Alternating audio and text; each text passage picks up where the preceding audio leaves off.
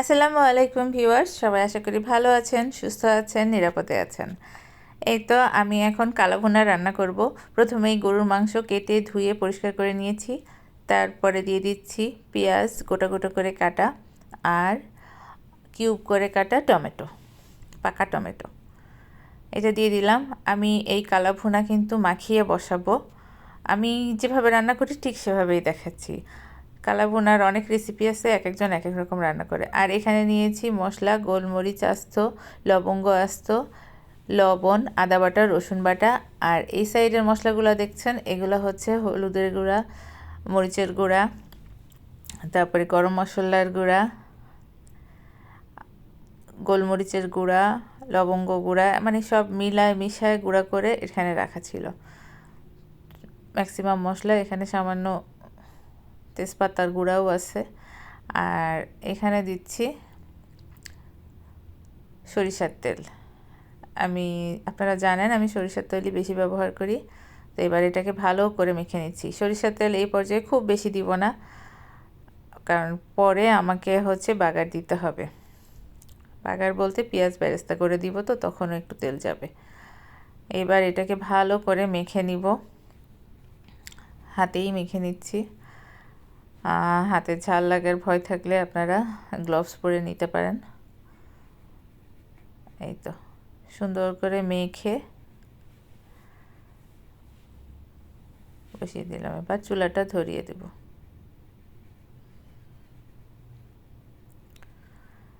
কালাভুনা আমি দেখেছি এক একজন এক একভাবে রান্না করে, তো আমি এভাবে রান্না করি, সেটাই দেখাচ্ছি। এবার ঢাকনা দিয়ে এটা জাল মিডিয়াম আঁচে দিয়ে দিব। এই তো ঠিক 5-6 মিনিট পরে আমার মাংসগুলোর এই অবস্থা। এখন একটু নেড়ে চেড়ে দিব। কিছুক্ষণ পর পরে একটু নাড়া দিয়ে দিতে হবে ঢাকনা তুলে, এটা একটু কাজ। এই যে নেড়ে চেড়ে দিচ্ছি, দেখতে পাচ্ছেন। এটা এখন কষানো হচ্ছে।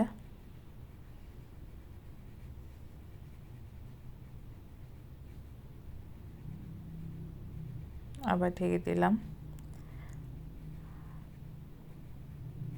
এটা কষিয়ে নিয়ে আপনারা প্রেসার কুকারেও দিতে পারেন, বাট আমি কড়াইতেই রান্না করছি। এই যে আরও 10 মিনিট পরে এই অবস্থা, পানি বের হয়েছে, মাংসটাও অনেকটা সিদ্ধ সিদ্ধ হয়ে আসছে। আমার মাংসের টুকরাগুলো কিন্তু খুব বেশি বড় ছিল না।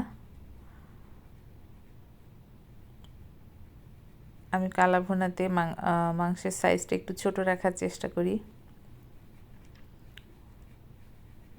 এই দেখেন তেল উপরে উঠে আসছে, একদম কষানো হয়ে গেছে। এই পর্যায়ে আমি টমেটো সস, সয়া সস, আস্ত কাঁচামরিচ, একটু রাঁধুনি গুঁড়া আর দারচিনি, এলাচ আর তেজপাতা অল্প কিছু দিয়ে দিব। ওইগুলোর গুঁড়া যেহেতু আছে, তারপরেও একটু দিব। এই পর্যায়ে ঘ্রাণটা ভালো আসবে, ফ্লেভারটা সুন্দর আসার জন্য এখানে সামান্য একটু দিয়ে দিচ্ছি।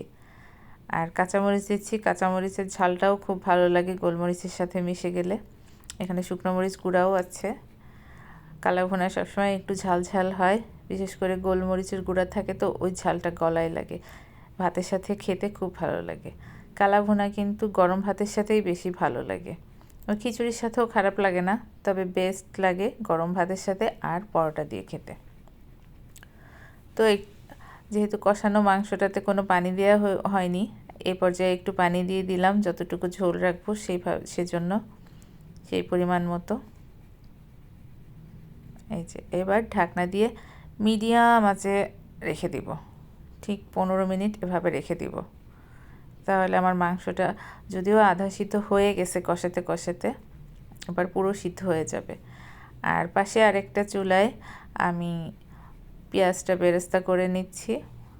এইবার বাগারটা দিয়ে দিব। পেঁয়াজটা এই যে বাদামি বাদামি হয়ে আসছে, এখন এটা আমি কালাভুনার মধ্যে দিয়ে দিব।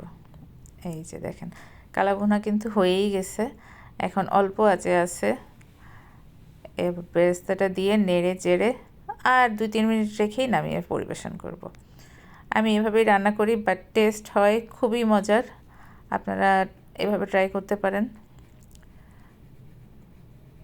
সবাই ভালো থাকবেন, সুস্থ থাকবেন আর আমার চ্যানেলের সঙ্গেই থাকবেন। আশা করি আপনাদের ভালো লাগবে। আল্লাহ হাফেজ।